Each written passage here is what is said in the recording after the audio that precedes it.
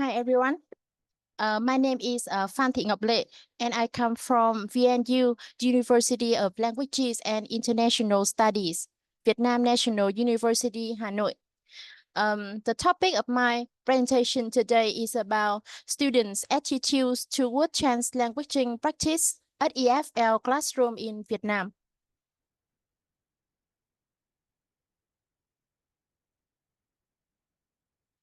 You can see that there are 6 parts in my presentation. The first one is the introduction. The second is literature review. The third is methodology. The fourth part is results and discussion. The fifth is conclusion. And the last part is some references I use in my study. First, I will tell you the introduction of my study. The rationale for my study. I come from the international context. In the current globalization trend, teaching English as a foreign language needs to be strategic in the context of integration. You see that teaching disciplinary English is an essential component of teaching English as a whole to serve a certain career or a specific measure. And translanguaging has been shown to be a highly interesting topic in the teaching and learning of foreign languages in earlier research. You see that translanguaging in the EFL classrooms, especially in those teaching English to a specific discipline, has been shown to impart knowledge and helps with better classroom management. Therefore, the knowledge of student attitudes about translanguaging in the classroom, particularly at the tertiary level, is crucial for their success.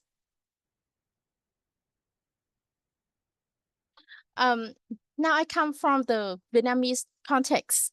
You see in Vietnam, in EFL classes for social science students, teacher use of translanguaging is necessary to support students in explaining vocabulary knowledge and academic texts. However, understanding the attitude of students, especially those from social science majors, is still left open and hasn't received the attention of Vietnamese authors. Therefore, I think that this research was conducted to study this open issue, seeking to determine what attitude social and science students have toward translanguaging practices in EFL classes. Now I will come to the second part of my presentation, is a literature review. You see that in this part, first, I will show you the review of studies on student attitudes toward translanguaging practice in EFL classes in the world. You can see on the slide, I divided it into 2 parts. First is some benefits of translanguaging, and second is some drawbacks of translanguaging. You see, in international study have examined the effectiveness of translanguaging, emphasizing student positive attitude towards this practice in EFL class. There are many authors, but here I focus on some key authors. For example, according to Kali and Kovacs in 2021, translanguaging pedagogies improved student emotive, cognitive, and social involvement. Besides, CL and Latif in 2023 showed that translanguaging made difficult lessons easier to understand and enhanced their ability to communicate in English. Besides, according to Shagwafev and other authors in 2024, translanguaging improved the quality of their educational experience and allows them to improve interpersonal communication. That is some main benefits of translanguaging based on the ideas of international authors.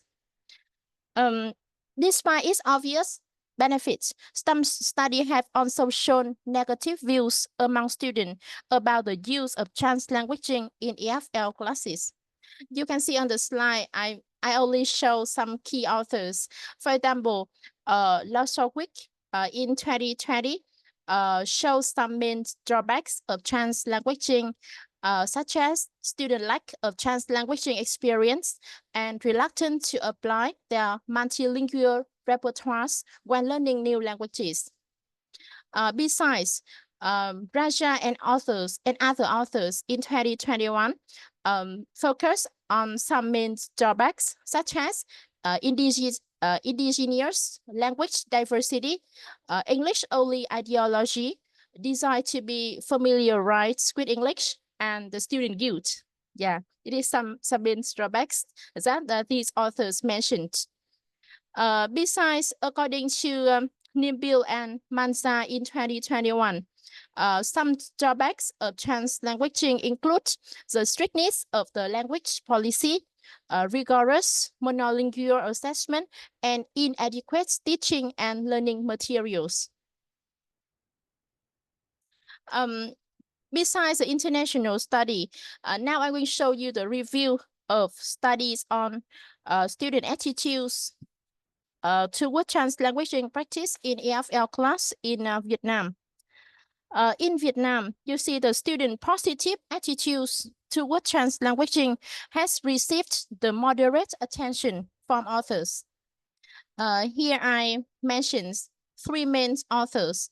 For example, according to Chen and other authors in 2021, student language in the English class had a favorable impact on motivation, engagement, and behavior. Besides, according to Lei in 2022, translanguaging was preferable for the following functions, such as social, managerial, effective, and linguistic functionality.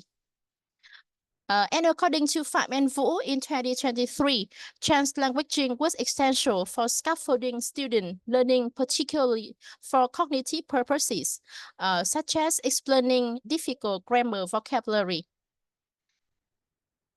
And you see that beside positive views, opposing views from learners were also mentioned in some study, but not many. Here I mention three main authors. For example, according to Nguyen in 2022, translanguaging was not used since EMI classroom operates on the idea of a monolingual approach. Besides, in 2022, mentioned some drawbacks of translanguaging, such as challenges in the lack of competent educators, poor English language skill, and irrelevant content. And sharing the same views, Phạm and Vũ in 2023 also show some main drawbacks, such as its inappropriate application, the uniformity of language regulation, and the widespread notion that using English only is the best strategy. As we can see from the review of the literature, you see that in recent years, academics from all over the world are interested in translanguaging, particularly in light of its usefulness in EFL class. However, in Vietnam, besides positive views from learners, little is known about the negative aspect or challenges of translanguaging practice at university. Therefore, I think that this study was conducted to investigate the social science student opinion regarding the effectiveness of translanguaging, taking into consideration both the advantages and difficulties that students face when utilizing this technique in EFL classes. And these objectives can be obtained through the following two research questions. You can see on the slide, the first question is, what benefits did social science student gain from translanguaging practice in EFL classes? And the second question is, what challenges did social science student encounter when using translanguaging in EFL classes? Now I will move to the third part of my presentation, is a research methodology. In this work, I adopted purposive sampling to choose the participant.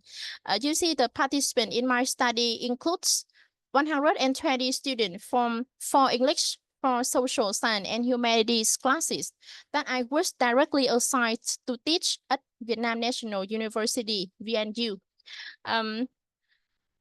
Talking about the research design, you see English for Social Science and Humanity course is an English program designed to teach English specifically for students majoring in social science at VNU. And this course aims to provide a social science student with the fundamental knowledge and terminology associated with social science disciplines. In terms of the implementation of translanguaging in class, you see on the slide, I divided it into two parts in terms of the duty of the teacher and the duty of students. You see, as regard the teacher duty, in the class, I employed translanguaging to help students master the necessary vocabulary in the lesson. First, to clarify and assist students in differentiating the meaning of challenging social science terminology. And second, to accurately comprehend student meaning when they attempted to explain a problem. And as regard the student duty, you see, the student in my class were allowed to use translanguaging first to translate some social science terms into Vietnamese to understand their exact meaning. And the second purpose is to communicate complex viewpoints during group discussions. Yeah, it's about the implementation of translanguaging in my class.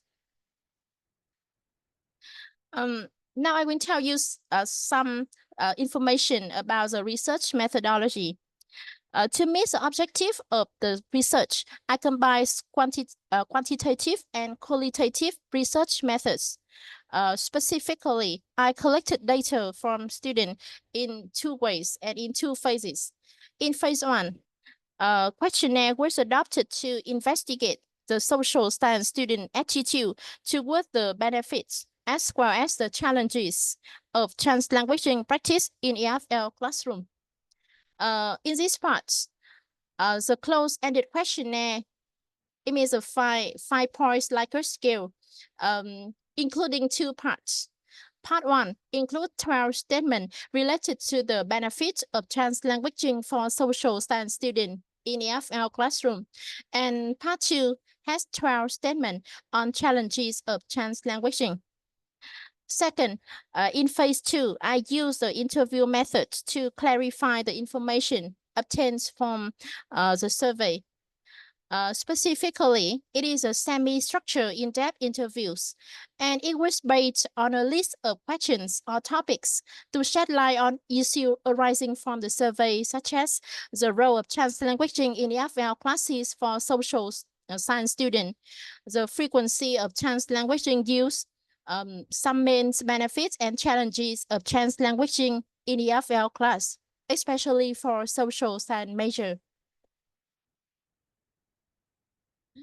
Now we move to the fourth part in my presentation. It is results and discussion. The first research question is, what benefits does social science student gain from translanguaging practice in EFL classes? Student attitude toward the benefits of translanguaging in four specific groups. You can see on the slide, they are emotional engagement, social engagement, cognitive engagement, and managerial engagement. And it was first explored through a questionnaire. The results of the questionnaire are presented in table one. In the table one, you see that I illustrated the data by the mean and the standard deviation. Now I will summarize some key information that I obtained from the questionnaire. Did you see that from the questionnaire from table one that I showed you? First, regarding the emotional engagement benefits.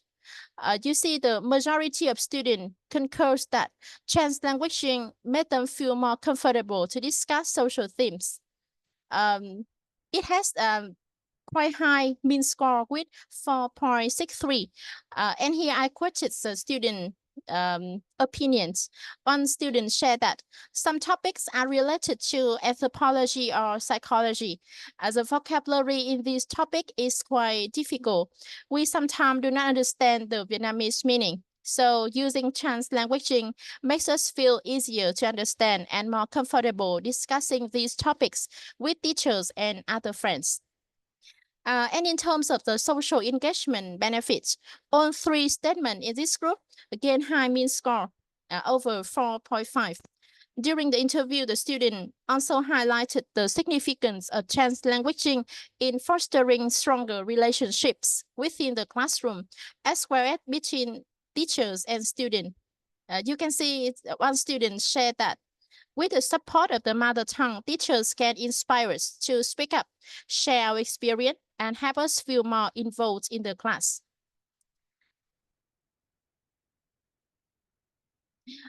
Next, concerning cognitive engagement benefits, you see it got the highest mean score with a mean score of 4.7. All students agree that translanguaging helps facilitating the language teaching and learning process, and these benefits were confirmed in the interviews. You see, one student shared that it's difficult for me to keep up with the tertiary English because I hardly spoke English during my high school education. I'm among the students who always ask a teacher to clarify certain concepts in Vietnamese, as I learn better when they do so. And lastly, in regard to the managerial engagement benefits, students could be informed about important tasks clearly. With a mean score of 4.54 and find it easier to implement pair and group work with a mean score of 4.38. A student shared that it is simple to participate in what you understand, thus providing instruction in both Vietnamese and English makes it easier for us to feel motivated to participate in our education, especially some important information about presentation or project tasks during semester. Now I move to the results of the research question 2. What challenges did social science student encounter when using translanguaging in EFL classes?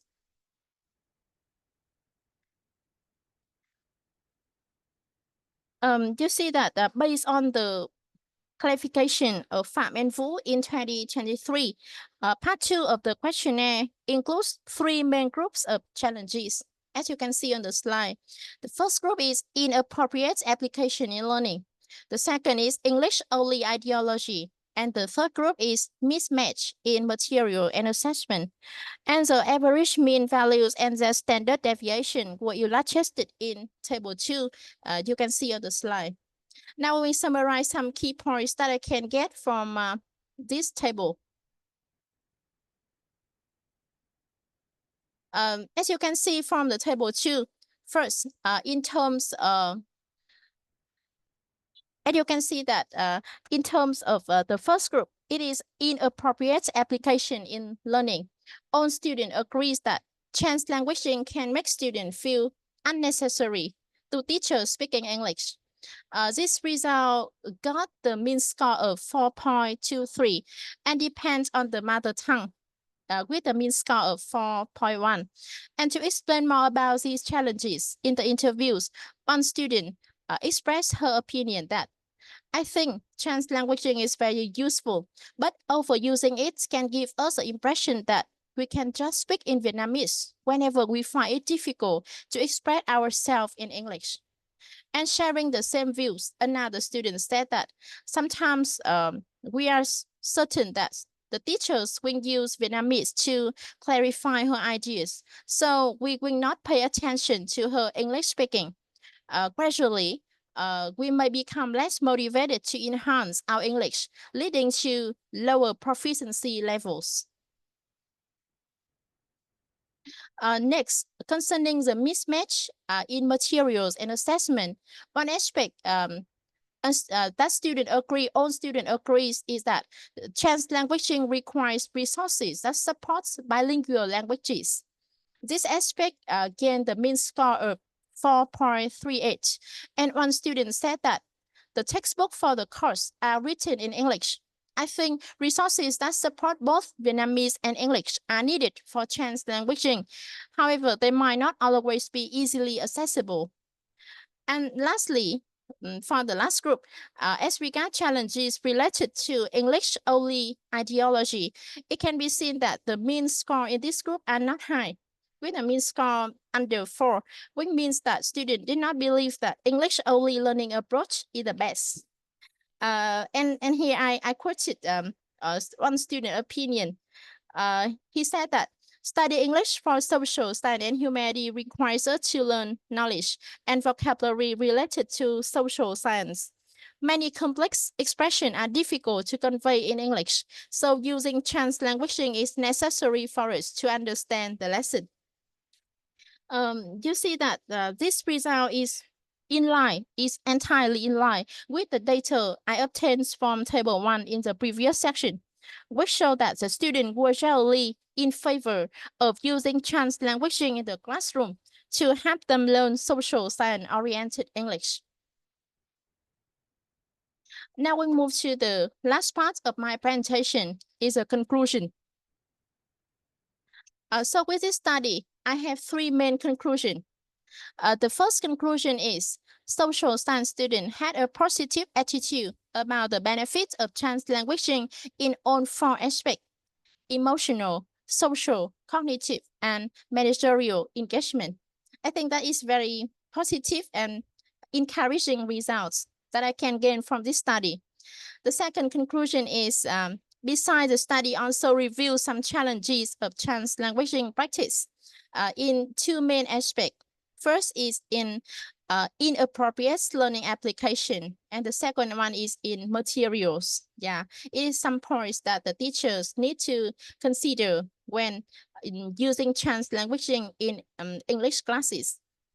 And the last conclusion I can draw from the study is that for countries using English as a foreign language like Vietnam, the mother tongue has a beneficial role in fostering the teaching and learning process, particularly in programs that integrates language and knowledge. Yeah, here are some references that I use in my study. Yeah, thank you very much for listening to my presentation. Thank you.